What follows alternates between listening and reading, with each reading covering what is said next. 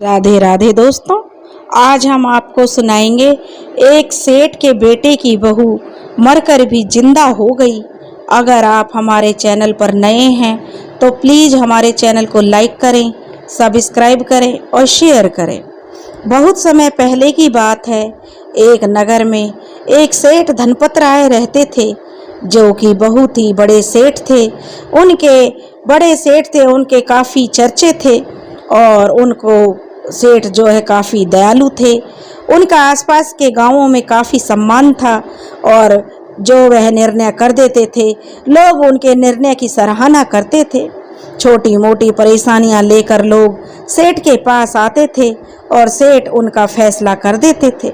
इसलिए उनकी प्रसिद्धि दिन पर दिन फैलती जा रही थी। उनके परिवार में उनकी पत्नी मालती देवी, जो कि बहुत ही धार्मिक प्रवृत्ति की महिला थी, और एक बेटा महेश था, जो कि शादीशुदा था, और उसकी पत्नी राधा भी बहुत ही नेक दिल थी और अपनी सासू माँ की बहुत सेवा करती थी। मालती देवी भी अपनी बहू राधा को अपनी बेटी के जैसे प्यार करती थी। महेश भी बहुत ही अच्छे दिल का और साहसी लड़का था। एक बार सेठ जी अपने परिवार के साथ कहीं जा रहे थे, तभी उन्होंने देखा कि एक बच्चा सड़क के किनारे रो रहा है। तभी उन्होंने उस बच्चे को गोद में उठाया और प्यार से पूछा, लेकिन उसके कहीं भी माता पिता का पता नहीं चला। काफ़ी देर तक इधर उधर ढूंढने के बाद भी जब उस बच्चे के माता पिता नहीं मिले और कोई भी उसकी पहचान वाला नहीं मिला, तो सेठ जी उस बच्चे को अपने घर ले आए। अपने घर लाकर उसका नाम सेठ जी ने मोहन रख दिया और उसे अपने पुत्र के जैसे रखते थे। लेकिन जो लड़का था वह सेठ जी के घर में काम करता था। सेठ जी उसे बड़ा स्नेह रखते थे। हालांकि मोहन सबको सम्मान देता था। धीरे धीरे मोहन बड़ा होता जा रहा, परंतु जो राधा थी, सेठ जी के बेटे की बहू, उसके प्रति मोहन के मन में बहुत ही गंदी भावना थी, और जो समय के साथ साथ बलवती होती गई। वह राधा को गंदी नजरों से देखता था और समय के साथ साथ गांव नगर के जो लफंगो लोगों की संगत थी, उसमें वह रहने लगा। इससे उसकी इस भावना को और बल मिलता गया। एक बार उस नगर में एक ओघड़ बाबा आए हुए थे और पूरा गांव उनकी सेवा में लग गया। सब कोई अपनी सामर्थ्य के अनुसार उस तांत्रिक बाबा की खातिरदारी कर रहे थे और उनका आशीर्वाद प्राप्त कर रहे थे। पर मोहन के मन में तो कोई और ही खिचड़ी पक रही थी। रात को जब सारा गांव सो गया, तब मोहन गांव के बाहर स्थित शमशान में, जहां वह ओघड़ बाबा रुके हुए थे, उनके पास दारू की बोतल और मुर्गा लेकर चला गया। हालांकि पहले तो ओघड़ बाबा ने मोहन को बहुत ही गालियां दी और उसे वहां से भाग जाने को कहा, पर मोहन सिर झुकाए सब सुनता रहा और वहां से नहीं गया। जब वह ओघड़ बाबा के भगाने से नहीं भगा, तो ओघड़ बाबा ने भी उसे अपने पास बैठा लिया और ओघड़ बाबा ने गुस्से से कहा। मोहन ओघड़ बाबा के चरणों में दंडवत लौट गया। तब ओघड़ बाबा का गुस्सा कुछ कम हुआ और वे बोले, बता पुत्र, तुझे क्या चाहिए? पहले तो मोहन ने कहा कि ओघड़ बाबा, पहले आप प्रसाद ग्रहण कीजिए। ओघड़ बाबा जिंदा मुर्गे को नोचकर खाने लगे। उनकी मुंह और दाढ़ी पर उस मुर्गे का खून लगने के कारण उनका चेहरा बहुत ही भयंकर लग रहा था। ओघड़ बाबा दारू की पूरी बोतल भी जो है पी गए और उन्होंने अपना हाथ मोहन के सिर पर रख दिया और बोले कि बेटा बता, मैं तुझे क्या दूं? मैं तुझसे बड़ा प्रसन्न हूँ। मोहन अपनी पूरी आप बीती बताते हुए बोला, बाबा, मैं राधा को प्रेम करता हूँ मन ही मन, और राधा को पाना चाहता हूँ। एकदम से एक थप्पड़ जो है खाली बोतल के साथ एक थप्पड़ उसके सिर में मारा ओघड़ बाबा ने, और खून वहां से फूट पड़ा। क्योंकि खून का फवारा फूट पड़ा, बोतल लगते ही मोहन का सिर फट गया। और ओघड़ बाबा कहने लगे, अरे दुष्ट, जिस परिवार ने तुझे आसरा दिया, जिस परिवार ने तुझे स्नेह दिया, तुझे पाल पोस कर बड़ा किया, तू उसी की इज्जत पर हाथ डालना चाहता है। ओघड़ बाबा बड़े गुस्से से कांपते हुए कहने लगे, परंतु मोहन भी जिद्दी था और जिद में आकर बोला, बाबा, अब तुम्हारे चरणों में ही मैं प्राण त्याग दूंगा, पर जाऊंगा नहीं। और उसकी आंखें धीरे धीरे बंद होने लगी। अब रात हो गई थी, सुबह होने वाली थी। जब सुबह हो गई तो सेठ जी की आंख खुली। सुबह सुबह वो अपने घेर में आए, घेर में जहां उनके ढोर डांगर बांधे जाते थे और मोहन उनका काम करता था। लेकिन जब सेठ जी घेर में आए और उन्होंने देखा कि आज तो जानवर ऐसे ही बंधे हुए हैं, उनके लिए खाने के लिए सानी पानी कुछ नहीं था, तो सेठ जी ने मोहन को आवाज़ दी और कहने लगे, मोहन, मोहन कहाँ चला गया? लेकिन वहाँ पर कोई नहीं था। ना ही सेठ जी की आवाज़ का उत्तर दिया, नहीं तो मोहन इतनी आवाज़ में बोल जाया करता था।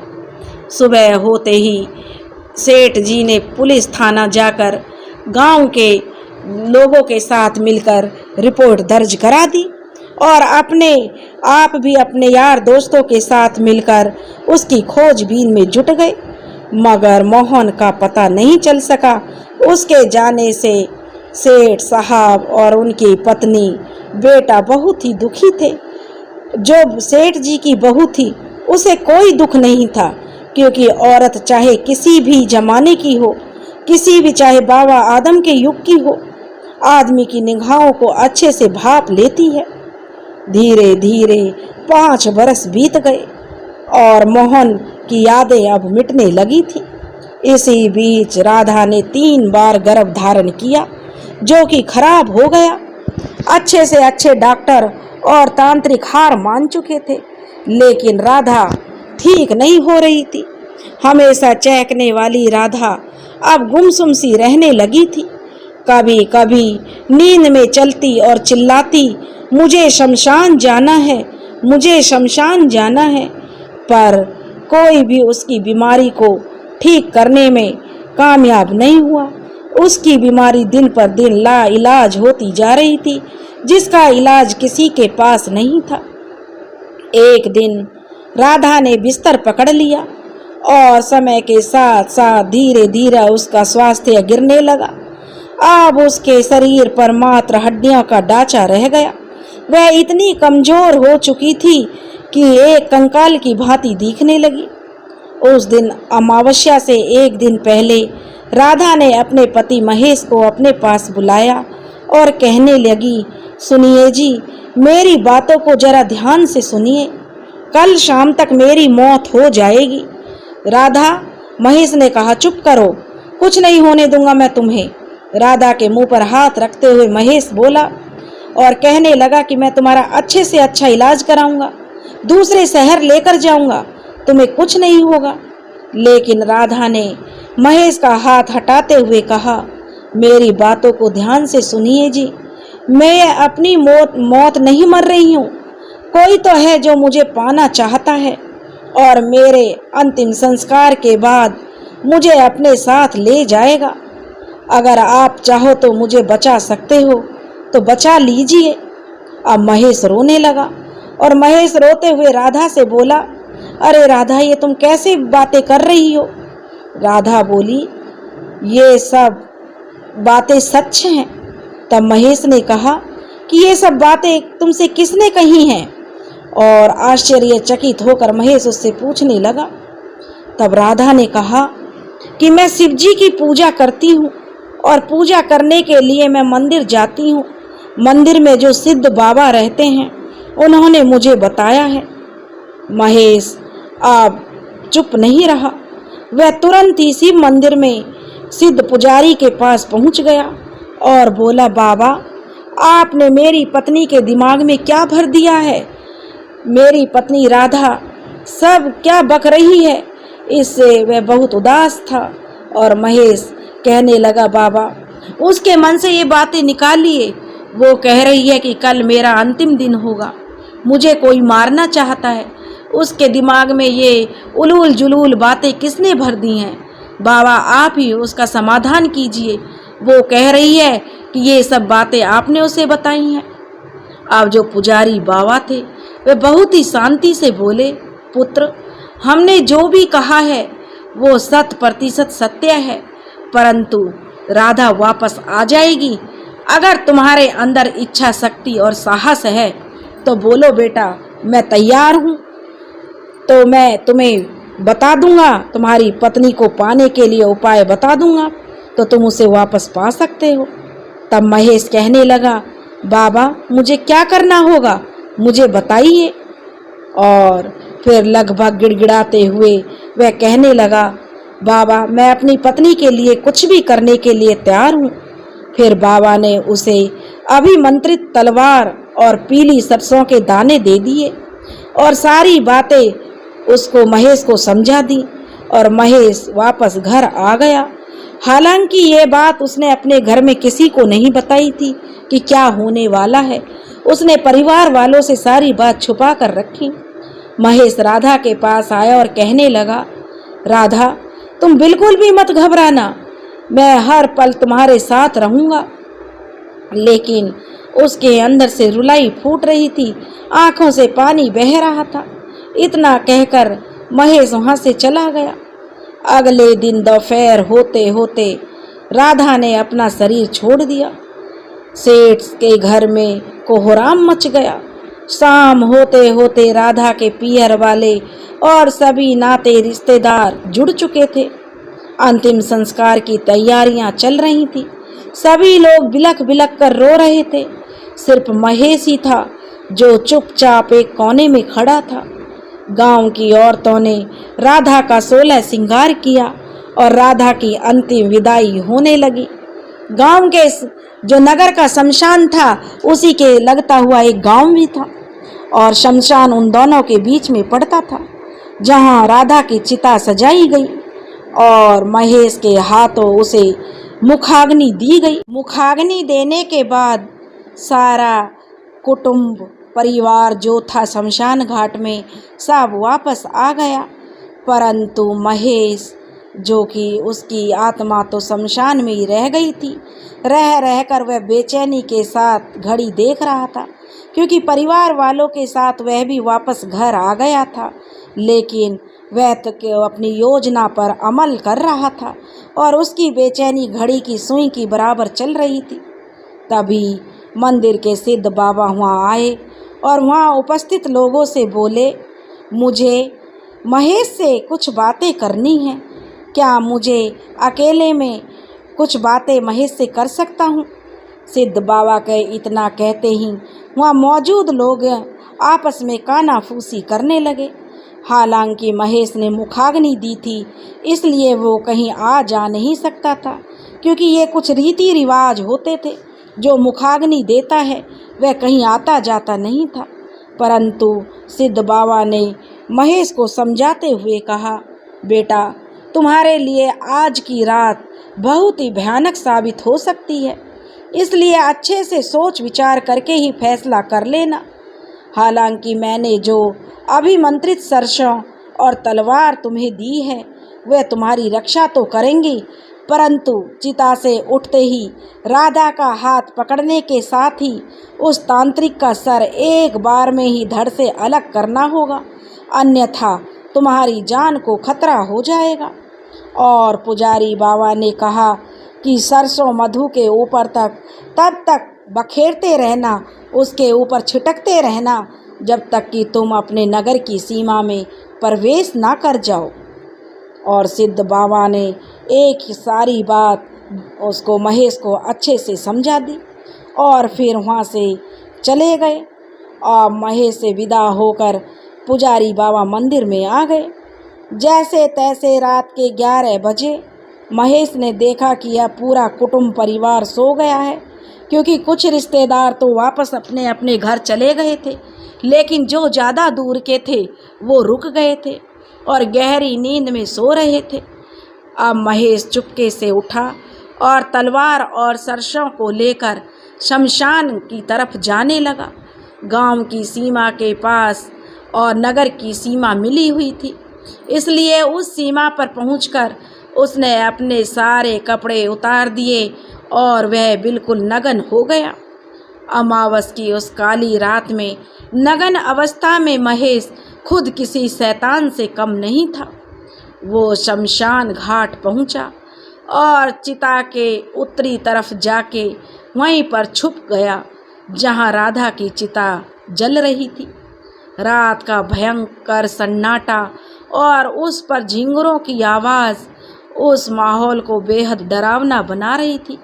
तभी काले कपड़ों में एक खौफनाक सा दिखने वाला व्यक्ति शमशान घाट में आया और ठीक वहीं आकर खड़ा हो गया जहां पर महेश खड़ा हुआ था। उसने अपने थैले में से एक काला धागा निकाला और कुछ पूजा सामग्री भी उसने वो वहाँ पर निकाल कर इकट्ठा की।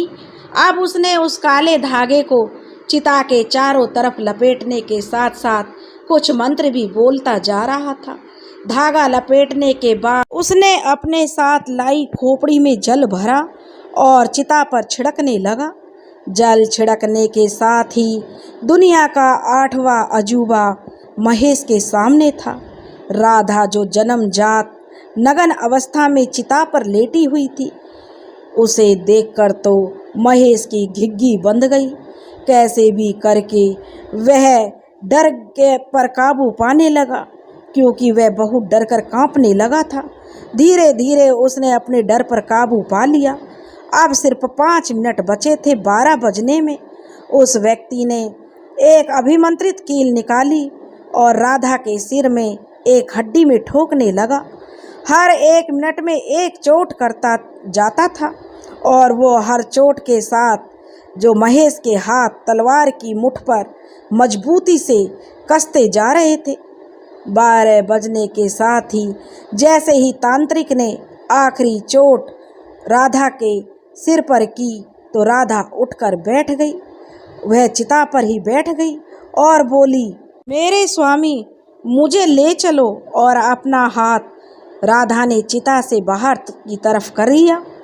एकदम से महेश ने खचाक से जो उस तांत्रिक की गर्दन थी उस पर वार कर दिया और एक ही बार में उसकी गर्दन जो धड़ से अलग हो गई और महेश ने राधा का हाथ पकड़ लिया।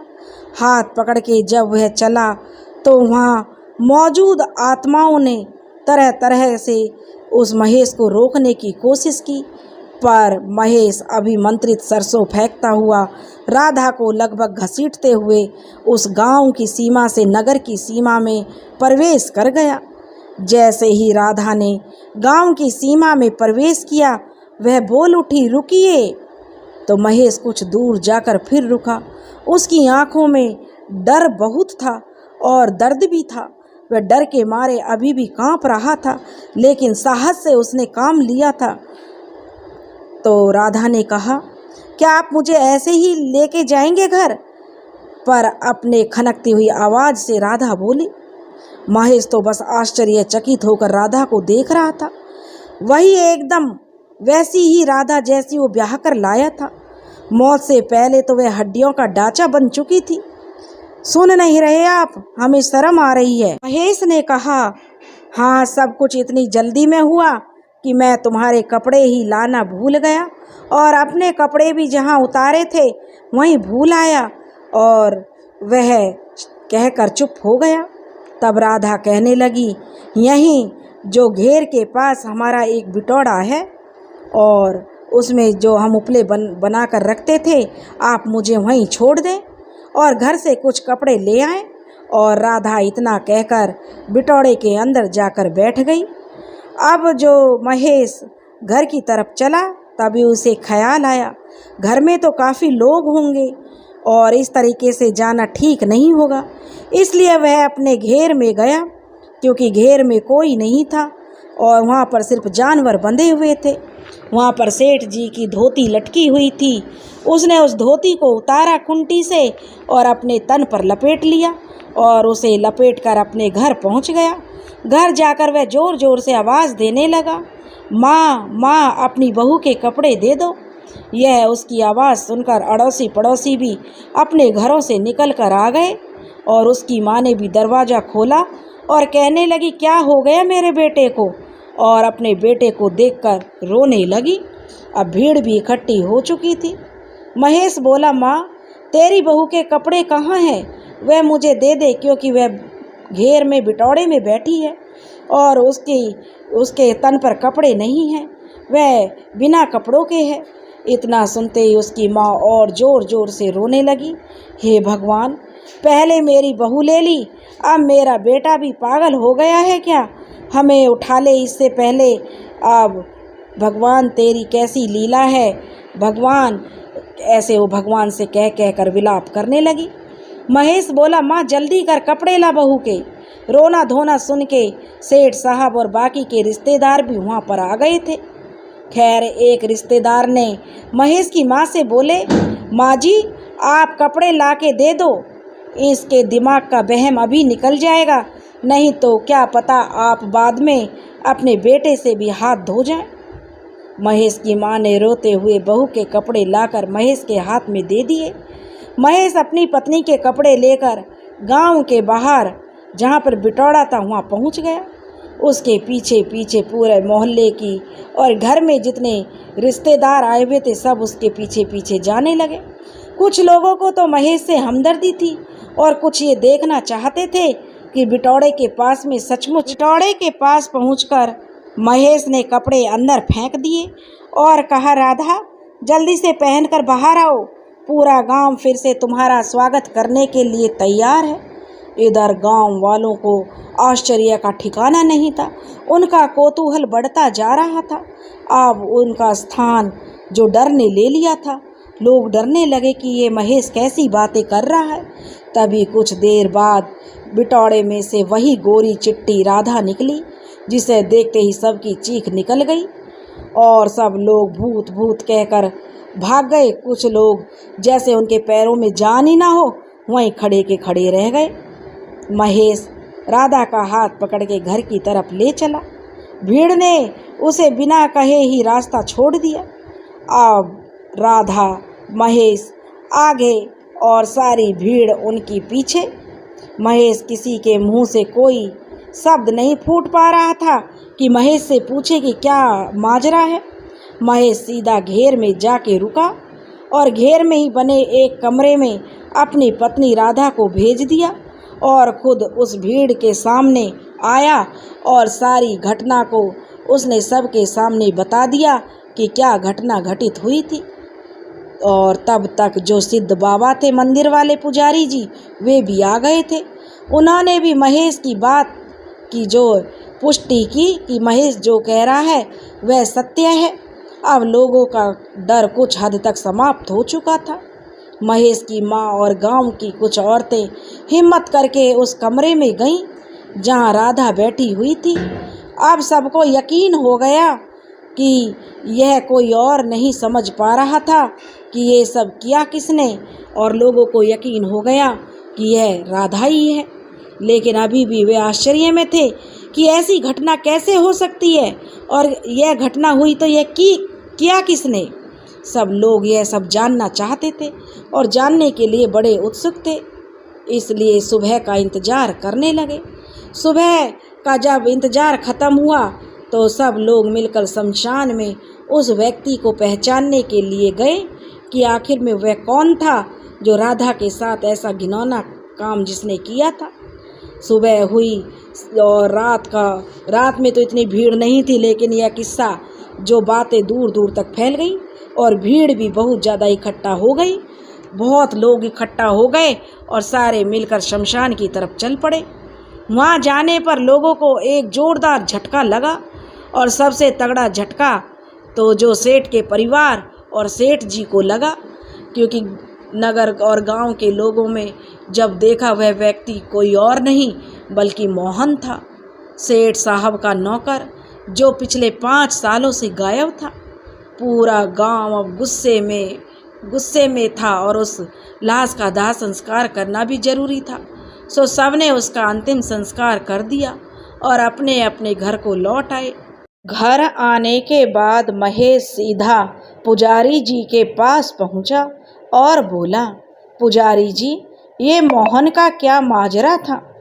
पुजारी जी ने कुछ देर ध्यान लगाया और कहा, बेटा, जो मोहन ने एक ओघड़ को अपना गुरु बना लिया था, उससे उसने ओघड़ पंथ की सारी विद्या सीखी और राधा के गर्भ खराब करने लगा था। जब उसने मारन और कीलित विद्या सीख ली तो सबसे पहले उसने राधा पर मारन मंत्र का प्रयोग किया और इसका जो इरादा था कि वह राधा को कीलित करके सदा अपने पास रखता, पर भगवान शिव की कृपा से उसका मुझे आभास हो गया था, इसलिए मैंने राधा को सजग कर दिया था। पुजारी जी ने फिर बताया कि पुत्र महेश, एक बात का ध्यान हमेशा रखना कि जो राधा के सिर में कील है वह जब तक उसका शरीर है, जब तक कील उसके सिर में है। अगर कील निकाल दी तो राधा फिर से राख में परिवर्तित हो जाएगी। महेश पुजारी जी से विदा लेकर अपने घर चला आया और फिर से जो वह अपनी ज़िंदगी खुशहाल बनाने लगा।